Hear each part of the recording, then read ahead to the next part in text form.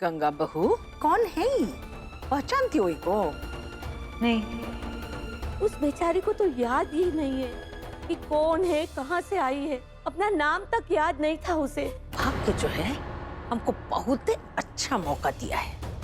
उन लड़कियां को ये घर से और शिव की जिंदगी से दूर करे के लिए। मैं फोन करके गंगा बिटिया का हालचाल पूछता रहूंगा और ईश्वर से प्रार्थना करूंगा कि गंगा बिटिया को सब कुछ याद आ जाए। यहाँ से कच्चा रास्ता शुरू होता है, आगे गाड़ी नहीं जा सकती, हमें पैदल ही चलना होगा। गंगा घर पे नहीं है का? वो अपना काका से मिलने गई है। काका? कौन काका? वो कल ही मिलने आए थे भाभी से। हाँ, उन नाम भी बताए थे। उसका हमको याद ही नहीं आ रहा है उसका नाम। मिश्रा काका? हाँ, वो है। उन्हीं के साथ तो गई है। मिश्रा जी के साथ? ये कैसे हो सकता है?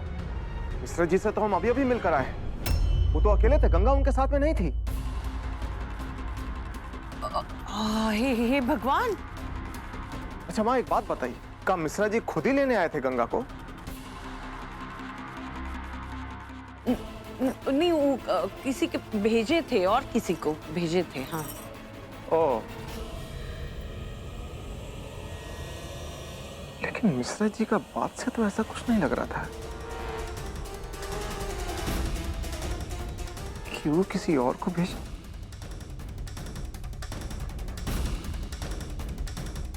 कौन कुछ गड़बड़ है। हमको लगता है कि गंगा कौन किसी मुसीबत में है। माँ, हम जरा भी आते हैं देखकर।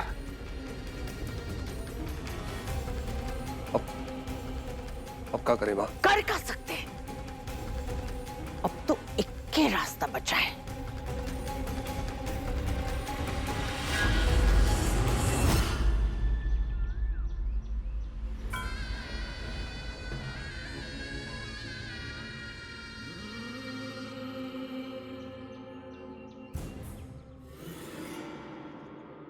और कितनी दूर जाना है? बस 5-10 मिनट में पहुंच जाएंगे।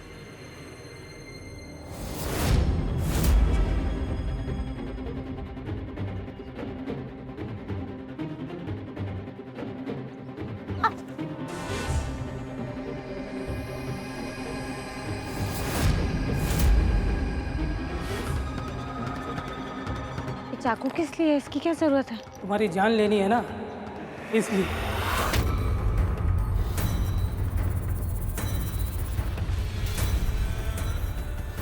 ये क्या कह रहा है? देखिए ना, इसको रोकिए। माफ करना बिटिया, मैं इस समय तुम्हारी कोई मदद नहीं कर सकता।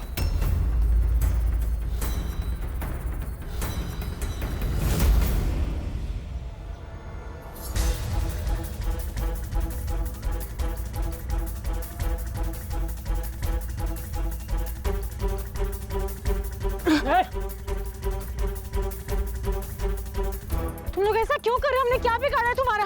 प्लीज हमें जाने दो ना, प्लीज हमें जाने दो।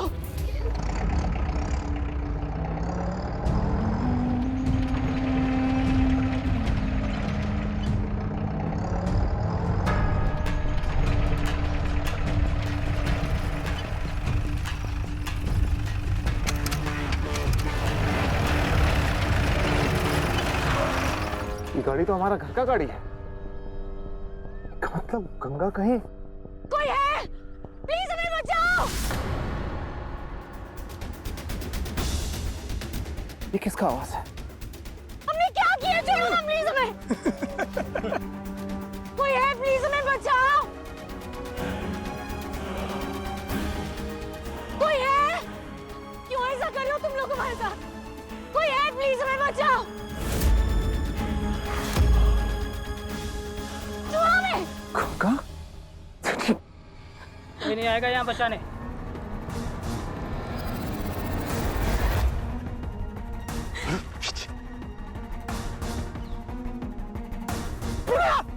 छोड़ो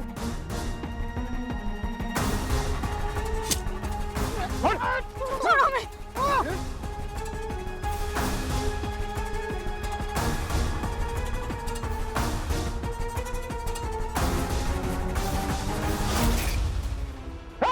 छोड़ दे इसे, नहीं तो मार दूंगा लड़की को। लड़की को कुछ नहीं होना चाहिए, मैं इसे छोड़ता हूँ। छोड़। रुक।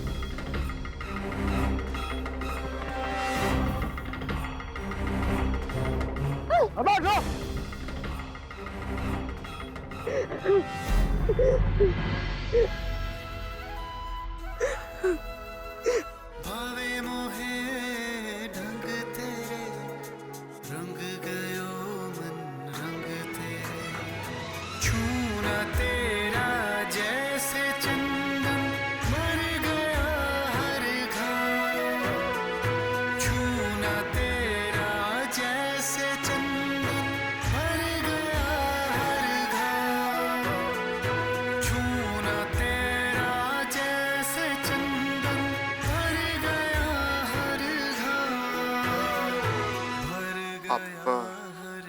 आप ठीक तो हैं?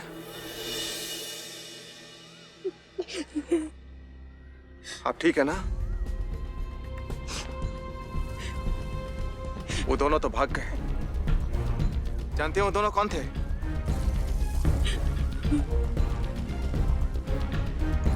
ठीक है, चलिए घर चलिए।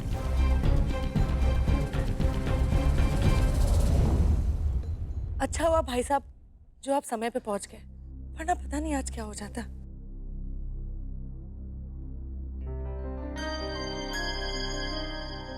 हमारे परिवार को जैसे किसी का बुरा नजर लग गया है। लेकिन सोचने की बात यह है माँ जी कि गंगा भाभी का कौन दुश्मन हो सकता है? कौन इनकी जान लेना चाहेगा? इनकी किसी से क्या दुश्मनी? जौनपुर में हमारे दुश्मनों की कमी थोड़ी ना है, उनमें से किसी का काम होगा। हमें तो लगता है कि जिसने अपने भतीजे की हत्या का झूठा इल्जाम लगाकर भाई साहब को बदनाम करने की कोशिश की थी, इस घटना में भी उसी का हाथ होगा।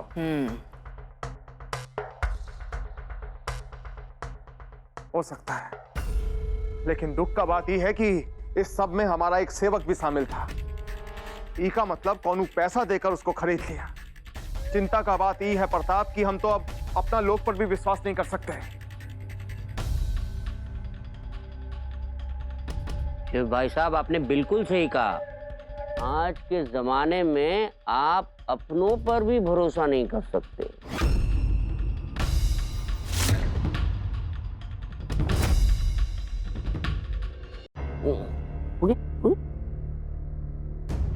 कहा है ना, हम सबको चौकन्ना रहने का जरूरत है। शिव, प्रताप, तुम घर का सब दाई नौकर का जांच पड़ताल करो और उन पर नजर रखो, ठीक है?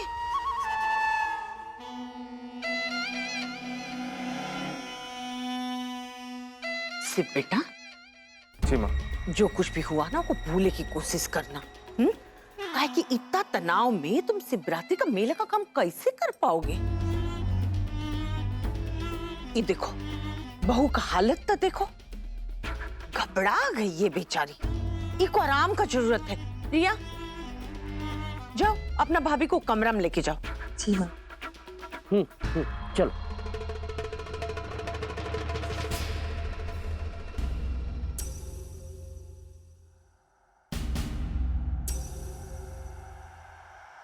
माँ, आपको एक बात बताना था।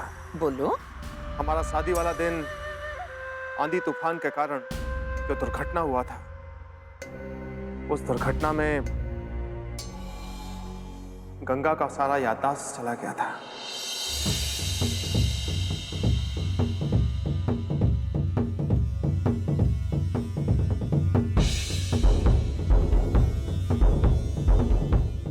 अब उसे बीता हुआ कल का कौन कुछ याद नहीं है। ये तुम क्या कह रहे हो शिव? और ये तुमको मालूम था? हाँ माँ, हमको ये बात उसी वक्त पता चल गया था, लेकिन बाबूजी का देहांत हुआ था, सब लोग परेशान थे, दुखी थे, इसलिए हम सोचे कि ये बात हम सबको बाद में बता देंगे। बहुत बड़ा गलती कर दी। अगर ये बात आपको पता होता तो आप गंगा को किसी बाहर वाले अनजान आदमी के साथ में काहे जाने देते, और हमारा वजह से गंगा का जान खतरे में भी नहीं पड़ता। हमको पहले ही सब कुछ बता देना चाहिए था। तो कोई बात नहीं, तुम अपने आप को दोष मत दो। उस समय तुमको जो ठीक लगा हुए तुम किए ना, हमको तुमसे कोनो शिकायत नहीं है। उल्टा अब परिवार के सब लोग गंगा को लेकर एकदम सावधान रहेंगे, तुम चिंता ना करो बेटा। वैसे आपके रहते हमें चिंता करने का कोनो जरूरत भी नहीं है। चिंता नहीं, बहुत चिंता करनी चाहिए भाई साहब। अरे यही तो सारे फसाद की जड़ है। माँ जी की बातों में जब शहद घुल जाए, समझो कुछ न कुछ गड़बड़ जरूर शुरू हो जाए।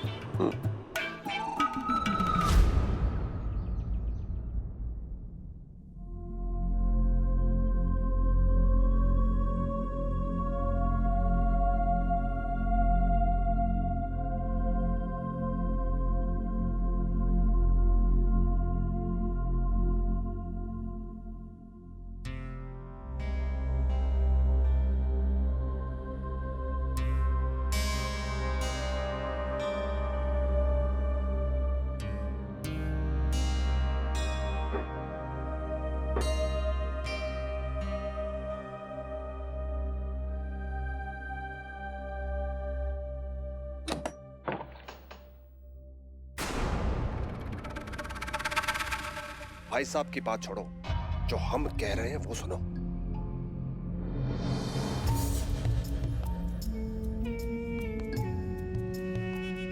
हमने कहा ना, उधार की वसूली के लिए अभी नहीं आ सकते हम, तो क्या करें?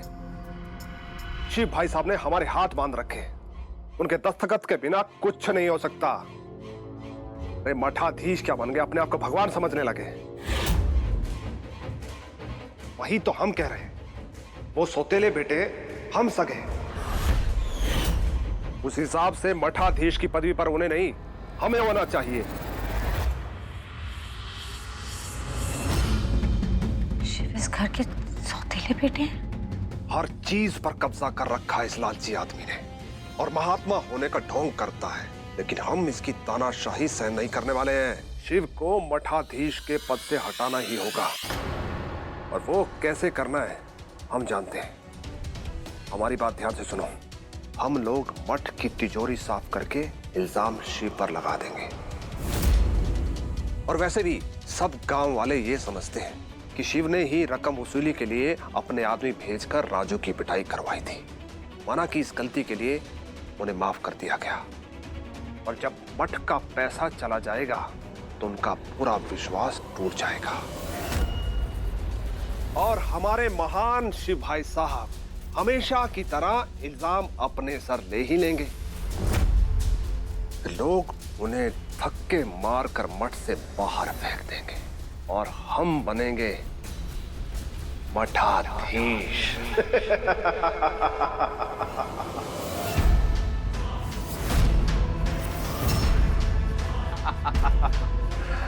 तो समझ गए ना? तो कल मिलते हैं हनुमान मंदिर के चौराहे के पास।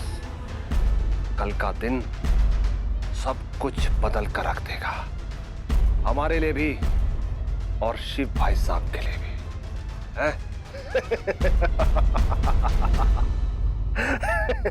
जिस भाई के लिए शिव अपनी जान तक देने को तैयार है, वही भाई शिव के लिए इतना बुरा सोचता है।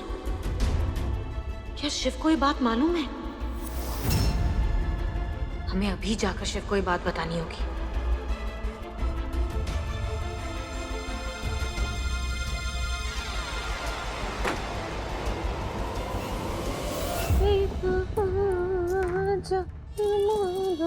चुमकी, शिव कहाँ है? वो मट गए हैं। महाशिवरात्रि का मेला आ रहा है ना, तो बहुत सारा काम है, रात हो जाएगी आने में। वैसे आपको कोई काम था उनसे? ठीक है, अब क्या करें? आज का ही दिन है हमारे पास, शिव को आज ही बताना होगा, नहीं तो कल बहुत बड़ी मुश्किल में पड़ जाएंगे वो। कुछ भी करके हमें मठ जाना ही होगा।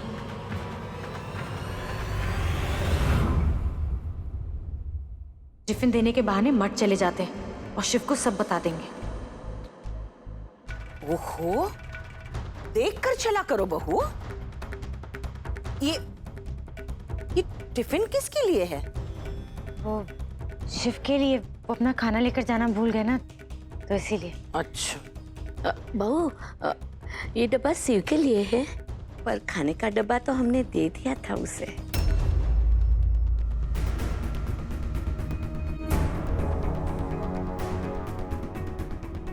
दे दिया था? ठीक है, हमें पता नहीं था ना।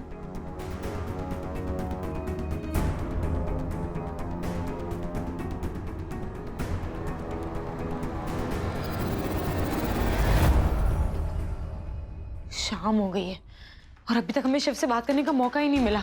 क्या करें? शिव से बात करना बहुत जरूरी है और देर नहीं कर सकते हम। पता नहीं वो घर भी कब आएंगे। गंगा बहू, शिव ने फोन किया था बहू जी को, कहा आज रात वो मठ में ही रहेंगे, काम बहुत है ना। मतलब शिवरात को घर आएंगे ही नहीं? वही तो हम बता रहे हैं ना। क्यों, क्या हुआ गंगा बहू? अब ये मत कहना कि शिवरात घर नहीं आएंगे तो हम खाना नहीं खाएंगे, ठीक है ना? ताईमा, एक बार शिव का मोबाइल नंबर दे दो हमें, हम भूल गए हैं।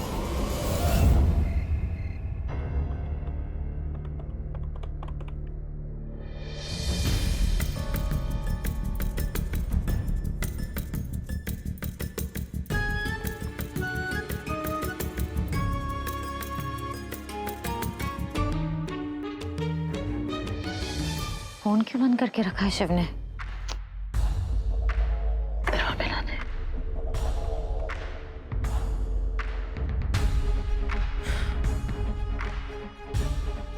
मोबाइल के साथ साथ मट का लैंडलाइन नंबर भी ले लेना चाहिए था ताईमा से।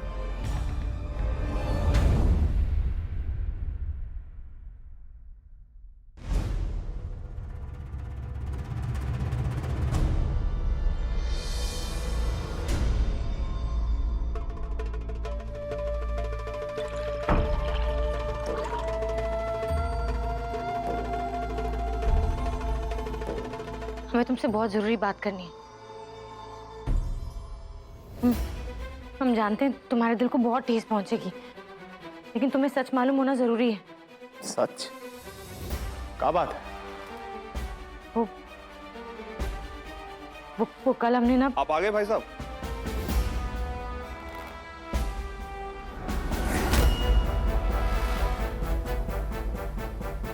हमें क्यों नहीं बताया कि आप रात भर मठ में ही रहने वाले हैं? हम भी आ जाते हैं आपकी मदद करने के लिए। नहीं, कोनो बात नहीं पता। हाँ गंगा, आप कुछ बताना चाहती थी हमें, बोलिए क्या बात है? नहीं। अरे बताइए क्या बात है? कोई खास बात नहीं है। हम तुम्हारे खाने के लिए कुछ ले आते।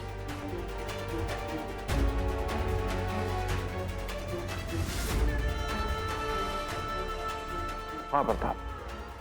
भाई साहब याद है ना, आज बड़ी भाभी की पुण्यतिथि पर आपके हाथों से दान होना है गांव में। अब मठ का काम हम संभाल लेंगे आज, आप वहां की चिंता मत कीजिएगा। अगर शिव मठ में नहीं होंगे तो प्रताप का काम आसान हो जाएगा।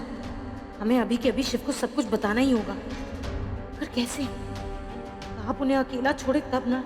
प्रताप, पहले हमें मठ जाना होगा, एक जरूरी काम पूरा करना है। उसके बाद हम दान का कार्य करने जाएंगे। ठीक है भाई साहब। मठ का टेलीफोन नंबर क्यों चाहिए तुम्हें? कल से हम देख रहे हैं, कुछ परेशान सी लग रही हो। सब ठीक तो है ना बहू?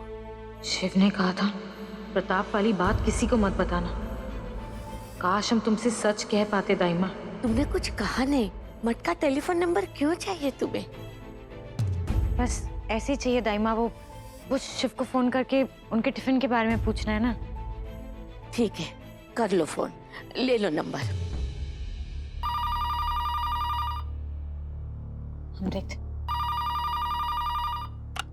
हेलो जी, आप राधिका की मदर बात कर रही है?